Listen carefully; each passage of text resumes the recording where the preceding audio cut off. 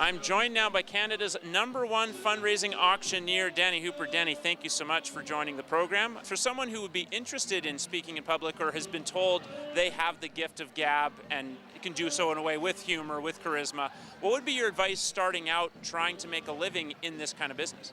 Well, I would find a mentor. First of all, find somebody who's doing it. People that are successful in any walk of life are typically very willing to share their knowledge. They've got nothing, they're already successful, and there's really no secrets in this business. As far as the public speaking, I would look at joining Toastmasters.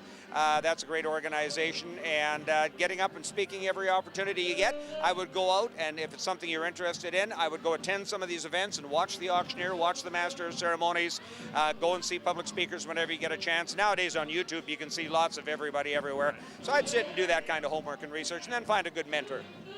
And what's coming up for you in the next couple of months, weeks? What's another big event you're really looking forward to? And when can we see you in Lloydminster again?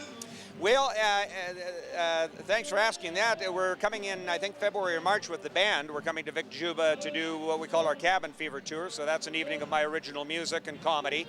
As far as auctions, this is the busy time of year, both springtime and the fall. We're into the gala season now, so I've got the Festival of Trees coming up in Fort McMurray and also in Edmonton. I've got a big event next weekend for the National Music Centre down in Calgary and stuff, so lots on the go, doing about three events a week right now.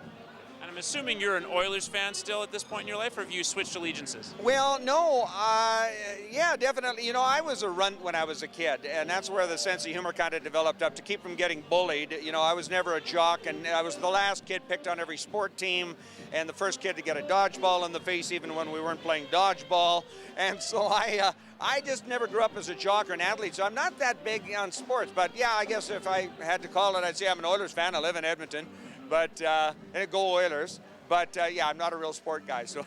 So not expecting you to be at any Oiler functions in the near future then? No, I don't get a lot of their work. No, but that's okay. You got to know your sandbox. Stick in your sandbox. Stay in your lane. I learned that a long time ago. Don't be everything to everybody. Don't try and be, because you'll just wind up disappointing other people and especially yourself. So I know where my sandbox is. And I know people certainly love that you come to this sandbox and entertain audiences here in Lloydminster. Let's end it with this. What does it mean to be involved with smaller communities, and how do you kind of find a special feeling when you see groups like this come together that, especially in a tough economy like it has been for this community? Oh, definitely. I'm a small town boy. Like I said, I grew up in Tomahawk, so I really identify with rural people, with the mindset and the heart that you find in these smaller communities. I work lots in the big cities, and the difference is palpable. And I don't, I go into the big cities, do my work, and get out. This small town folks, this is where I belong, and that's why even as an entertainer on the country music side, I take my shows to the smaller towns.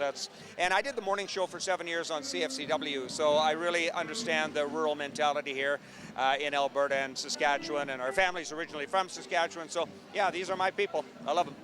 Absolutely, and we love to have you here. Remember, he's going to be back at the Vic Juba on what weekend again? I don't know the exact date. My manager's booked it already. We're coming in February or March. It's called the Danny Hooper Cabin Fever Tour, and we go out the middle of dead of winter with an evening of great original music and comedy, so we hope folks will come and see us. Looking forward. You'll be able to get the tickets on Vic Juba at some point in the near future.